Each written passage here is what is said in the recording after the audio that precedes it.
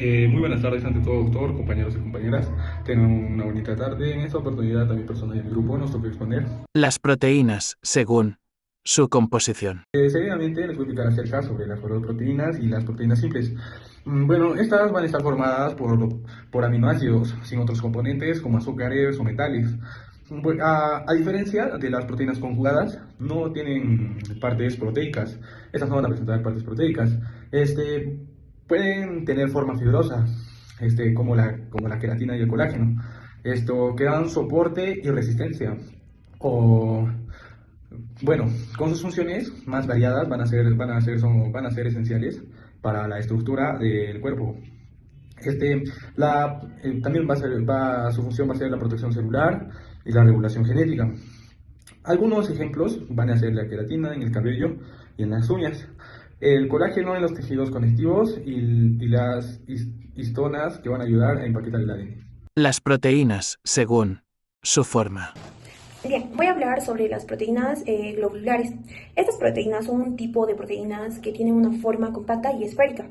Además de esto, esta estructura se va a deber al modo en que sus cadenas de aminoácidos se van a plegar sobre sí mismas, a diferencia de las proteínas fibrosas, ya que estas van a tener una forma alargada y funciones estructurales.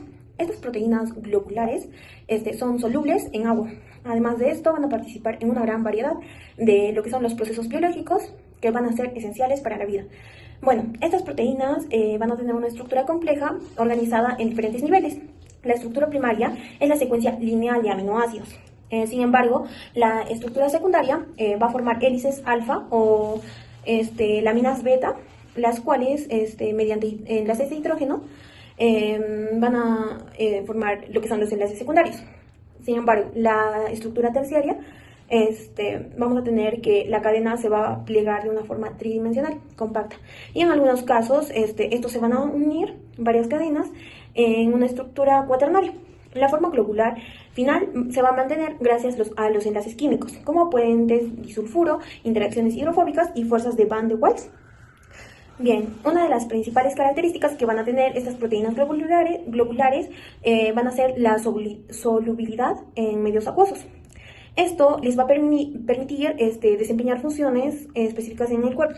Las proteínas, según su función biológica. De hablar de las proteínas enzimáticas, estas proteínas son especializadas, cumplen una función principal de acelerar reacciones químicas, ya que sin ellas las reacciones como la digestión, la replicación de ADN o la producción de energía no se podría dar. Tenemos dentro de estas la amilasa, es una proteína que se encuentra en la saliva. Esta descompone el almidón de los alimentos que contienen azúcares. Tenemos el ADN polimerasa, que permite la copia del ADN cuando la célula se va a dividir. En cuanto a su composición química, estas están formadas por aminoácidos, algunas proteínas simples compuestas solo por aminoácidos y otras son conjugadas porque necesitan una parte adicional llamada cofactor o coenzima. Cuando la parte proteica se une al cofactor, forma una holoenzima, que es una forma activa de la enzima. En cuanto a su estructura, presenta una forma globular. Esta forma permite que tenga un sitio activo, una especie de bolsillo donde se une al sustrato, que es la molécula sobre la que va a actuar. A su solubilidad, las enzimas son solubles en el agua. Esto es crucial porque deben funcionar en medios de líquidos, como el interior de las células o la sangre. Si no fueran solubles, no podrían actuar donde se las necesita. Es importante aclarar que las enzimas están hechas solo de aminoácidos, no contienen bases nitrogenadas como el ADN, el ARN. Sin embargo, estas enzimas trabajan directamente sobre esas moléculas. Por ejemplo, tenemos el ADN polimerasa, que cataliza la síntesis del ADN, y también que si contiene bases nitrogenadas como adenina o citosina, estas mismas no la tienen. Según su función biológica en las proteínas, en el caso de las hormonales, estas son mensajeros químicos esenciales. O sea que las proteínas hormonales son moléculas señalizadoras producidas por glándulas endocrinas que regulan procesos fisiológicos como el metabolismo, crecimiento y reproducción. Estos actúan uniéndose a receptores específicos en células diana, desencadenando respuestas celulares. Entre las más relevantes está la insulina y la hormona de crecimiento, ambas proteicas y cruciales para la homeostasis. Bien, en el caso de la insulina, llamada también reguladora maestra de la glucosa, esta es una composición polipéptido de 51 aminoácidos, organizada en dos cadenas A y B, unidas por puentes disulfuro. Bien, en el caso de su biosíntesis, estas sintetizadas en células beta de los islotes de la Jenkins, ubicada en el páncreas como la proinsulina. En sus funciones biológicas está el metabolismo de la glucosa, que esta quiere decir que facilita la entrada de glucosa en células musculares y adiposas mediante receptores GLUT4. Reduce la glucemia al promover el almacenamiento de glucógeno en hígado y músculo. También sintetiza síntesis de lípidos y proteínas, o sea que estimula la lipogénesis, que es la formación de grasa, e inhibe la lipólisis. Bueno, además también promueve la captación de aminoácidos para síntesis proteica. Si es que llega a haber una alteración, puede causar diabetes tipo 1 y diabetes tipo 2.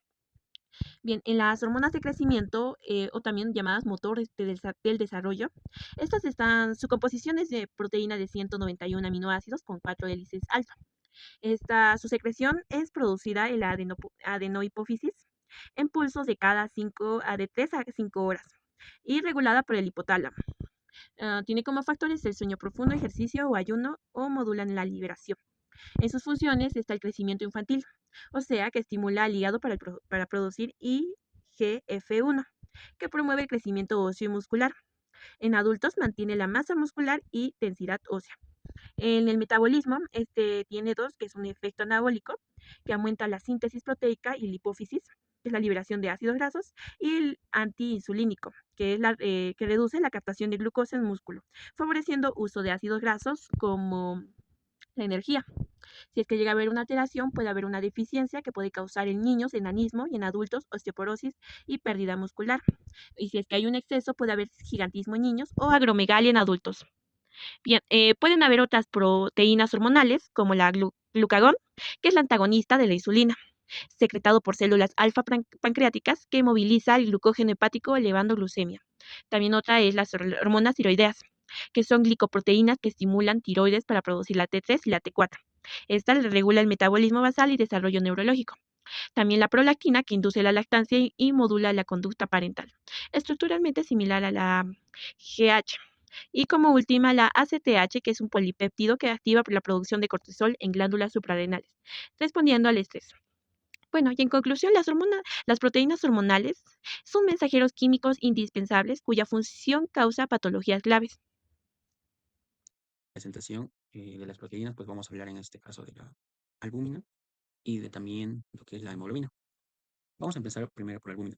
Ya su estructura química va a ser conformado por una proteína glomerular que está compuesta más o menos de 535 aminoácidos. Es una única cadena polipeptídica. Su estructura es muy flexible y así le permite mantener una conformación glomerular que le ayuda a interactuar con otras moléculas y mantener la presión oncótica en el plasma sanguíneo. Bien, ahora pasamos a su producción y localización. Si hablamos de la síntesis, pues esta se sintetiza en el hígado a partir de aminoácidos provenientes de nuestra dieta que consumimos cada día, especialmente de la glutamina y de la alanina. Ahora su localización, pues esta se va a encontrar principalmente en nuestro plasma sanguíneo, pero también en otros líquidos corporales como es el fluido cerebral y también el líquido intersticial. Bien, ahora vamos a pasar a algunas funciones principales.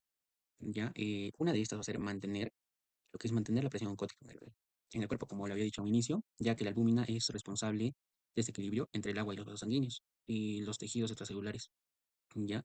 Ya que este proceso es crucial para la homeostasis de nuestro cuerpo, como sabemos. Luego también vamos a tener el transporte molecular. El transporte molecular, pues, va a actuar como un transportador de iones en moléculas lipofílicas, como serían los ácidos grasos libres, también algunas hormonas y luego pues vamos a tener los medicamentos y la bilirrubina. Su capacidad para unirse, perdón, a estas moléculas se debe a su estructura de bolsillo hidrofóbico. Y pues el siguiente va a ser la reserva de aminoácidos. ¿Por qué? Porque en caso de desnutrición o estrés, la albúmina puede liberar aminoácidos para la síntesis de otras proteínas. Y por último vamos a tener el buffering de pH. Ya, continuando con la exposición, ahora vamos a tener algunas alteraciones clínicas sobre la albúmina. Solo vamos a tener dos grupos, la hipoalbuminemia y la hiperalbuminemia. La hipoalbuminemia, pues esta va a tener diferentes enfermedades dentro de ella, como vemos acá, lo que es la enfermedad hepática, lo que sería la cirrosis y la hepatitis. También tendríamos el síndrome nefrótico. Luego también tendríamos la desnutrición. Y en caso de la hiperalbuminemia, pues aunque esto es rara, no se ve muy seguido, pero puede ocurrir en condiciones de deshidratación, ya que la concentración de la albúmina aumenta debido a una reducción del volumen del plasma. Ahora vamos a pasar a lo que es la hemoglobina. Bien, la hemoglobina, pues según su estructura química, eh, es una proteína cuaternaria compuesta por 4 subunidades, cada una de las cuales contiene el grupo hemo. Está formada por 2 cadenas alfa y 2 cadenas beta. En la hemoglobina adulta, su masa molecular es aproximadamente de 64 kDa. Bien, luego vamos a pasar a su producción y síntesis. En cuanto a la síntesis, pues se va a sintetizar en los eritrocitos en desarrollo, que serían los glóbulos rojos, en la médula ósea, y la síntesis de la hemoglobina depende de la disponibilidad de hierro y de un adecuado metabolismo de la M. Y en cuanto a la localización, también va a ser en cuanto a los eritrocitos, que vendrían a ser también los glóbulos rojos, con una concentración promedio de 34 gramos por decilitro, la hemoglobina por cada 100 ml de sangre.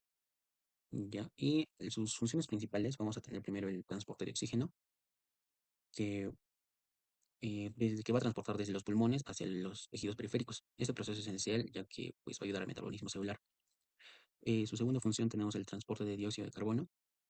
Este va a jugar un papel importante en cuanto a la capacitación del dióxido de carbono, producido por los tejidos, perdón, y así lo va a transportar a los pulmones para su eliminación. Y por último vamos a tener la amortiguación del pH o la regulación del pH en el plasma sanguíneo. Y ya para finalizar vamos a hablar de sus alteraciones clínicas.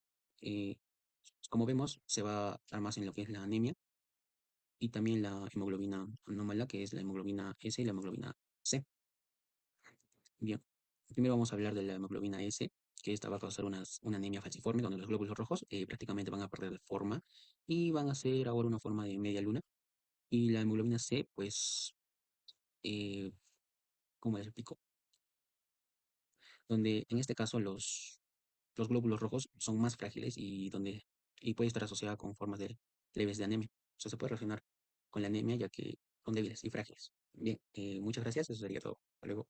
La función de defensa es una función más esencial del organismo. Desempeña principalmente las proteínas especializadas que forman parte del sistema inmunitario. Entre estas proteínas destacan las inmunoglobulinas, también conocidas como anticuerpos, las cuales sintetizadas por los linfocitos B en respuesta a presencia de sustancias extrañas como antígenos, que pueden ser acompañadas de virus, bacterias, hongos, toxinas, etc.